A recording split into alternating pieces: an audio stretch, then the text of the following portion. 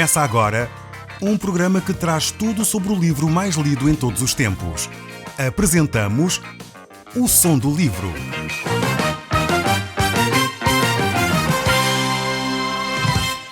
Seja muito bem-vindo. Neste podcast vai encontrar o livro mais conhecido e lido em todo o mundo. Vamos levá-lo numa viagem pela história da humanidade. Este é um audiolivro para si, para a sua família e sociedade em geral. Contextualização e comentários de Paulo Chaveiro. Eu quero, em primeiro lugar, neste dia, agradecer a todos aqueles que nos escrevem, enviando as suas cartas para a nossa morada, que irá passar no final do programa, colocando questões, levantando dúvidas que têm.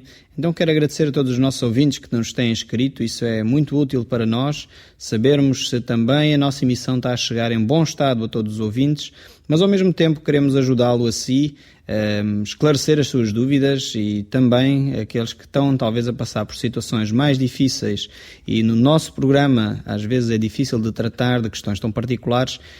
Nós iremos fazê-lo certamente por correspondência, dirigindo as nossas cartas diretamente a si, que tem alguma questão ou gostaria de uma opinião mais concreta sobre o seu caso particular. Nesse sentido, então, se quiser e desejar continuar a escrever-nos, não fique acanhado, não seja tímido. Pode então enviar a sua cartinha para a morada que será deixada no final do programa. Nós temos estado a ler e a conhecer melhor o livro mais lido em todo o mundo. E o caro ouvinte que nos está a sintonizar neste momento, talvez pergunte que livro é esse. E esse livro é sem dúvida o livro mais lido em todo o mundo, o livro mais conhecido em todo o mundo, o livro mais vendido em todo o mundo, e esse livro é a Bíblia. Nós temos estado a ouvir como Deus se revelou ao homem, como Deus quer falar com o homem através da Bíblia. E estamos a olhar para o livro do Gênesis. Este livro é o livro dos princípios. Encontramos nele o princípio do universo, o princípio do homem, o princípio também do mal, porque é que o mundo está no estado em que está. Encontramos nele o princípio da família, encontramos nele o princípio sobre os relacionamentos, como nos devemos relacionar, e verificamos que Deus deseja se relacionar com o homem.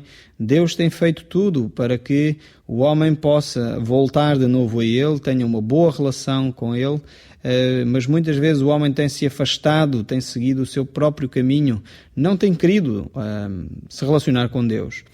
E então nós, pela Bíblia, vamos ver como Deus é este Deus de amor. Algumas pessoas pensam que o Deus do Velho Testamento é um Deus de julgamento, um Deus de juízo e não um Deus de amor. E o que nós temos verificado ao longo do estudo que temos feito é que Deus é um Deus de amor. Eu gostaria de compartilhar consigo aquilo que nós descobrimos aqui neste livro. Deus é um Deus que se quer relacionar com toda a humanidade. Mesmo no Velho Testamento, mesmo quando Deus escolheu Abraão como família, qual é privilegiada no sentido que é salientada nas Escrituras, da qual Deus faz a promessa que faria dele uma grande nação. Abraão é este homem que é conhecido nas três grandes religiões monoteístas do mundo, o islamismo, o judaísmo e o cristianismo.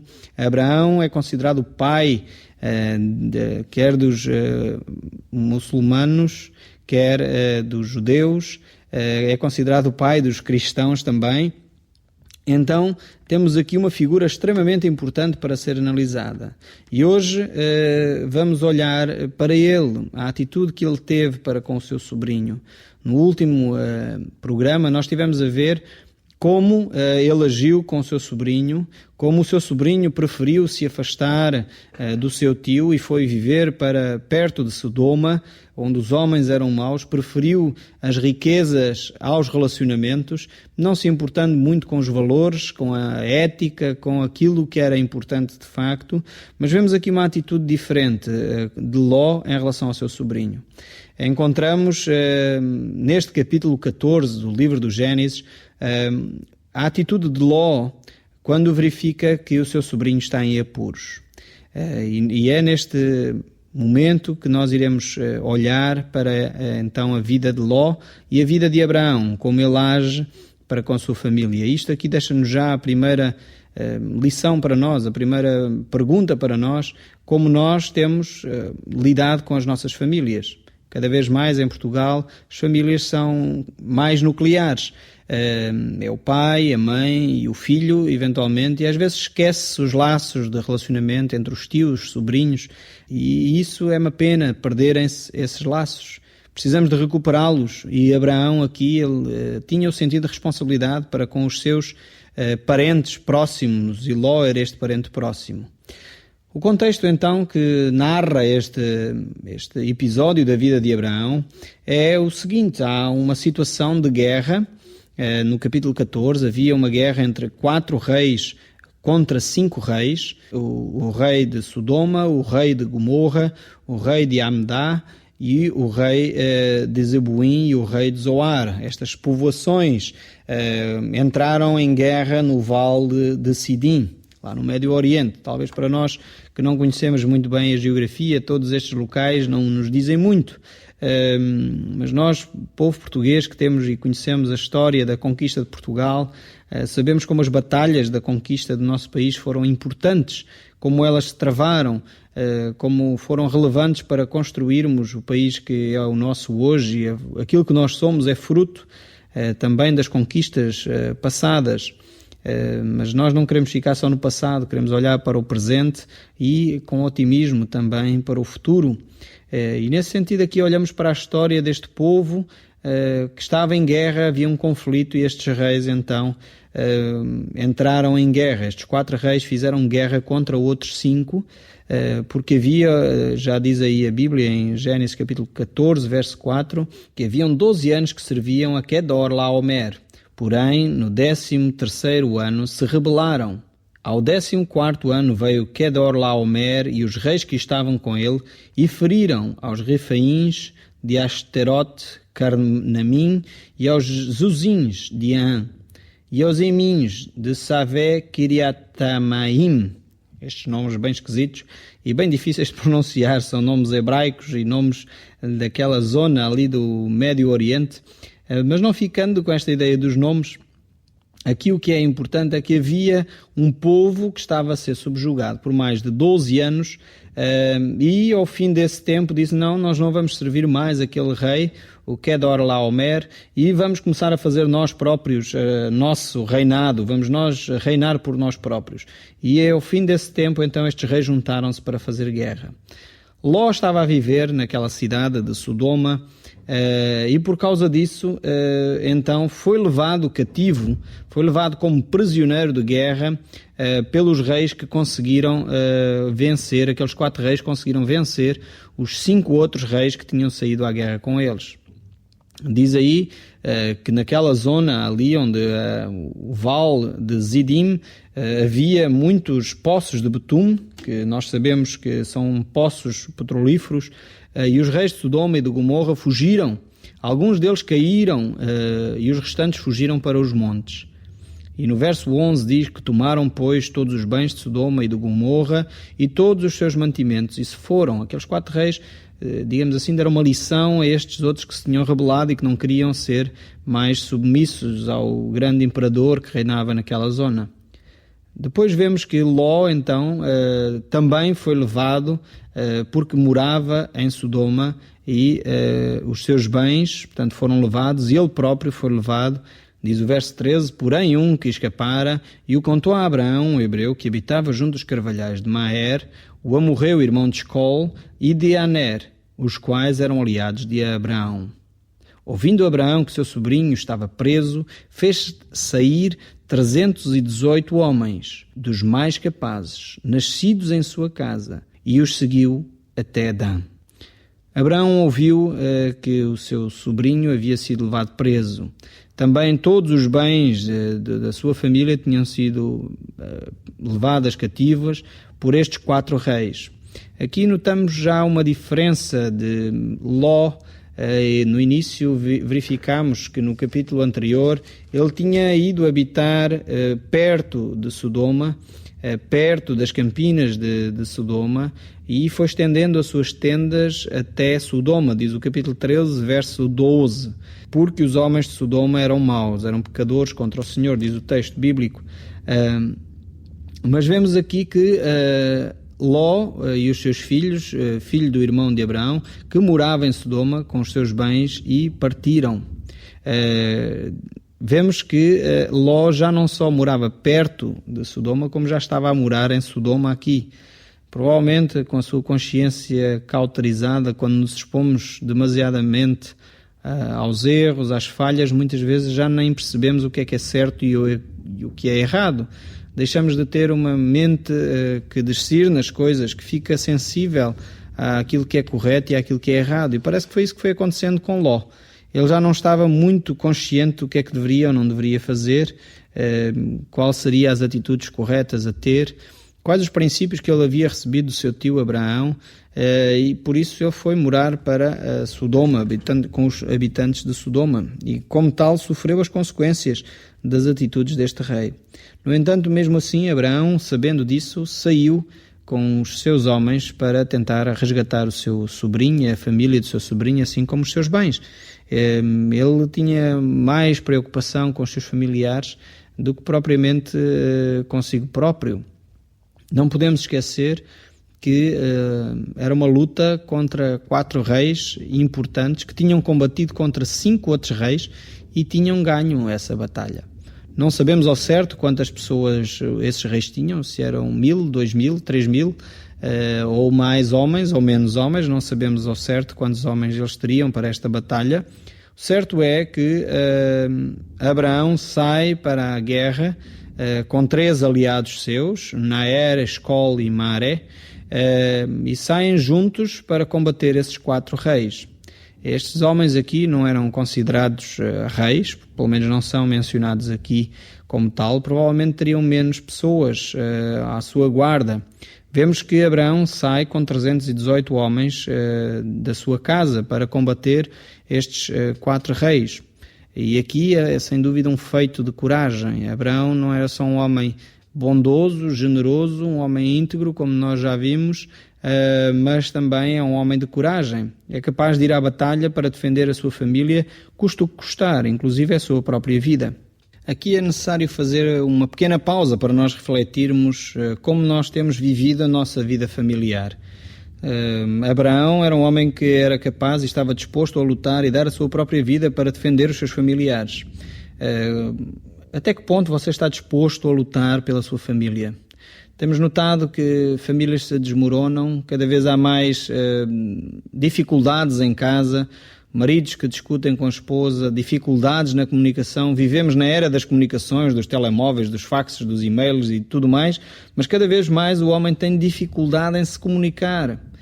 Nas questões mais básicas, no relacionamento conjugal e familiar, os pais com os filhos com os pais, muitas vezes os diálogos são quase de surdos, mudos, não conseguimos falar, isto sem depreciação nenhuma para quem tem esta dificuldade, mas as pessoas não se entendem, não se ouvem, não se conseguem comunicar.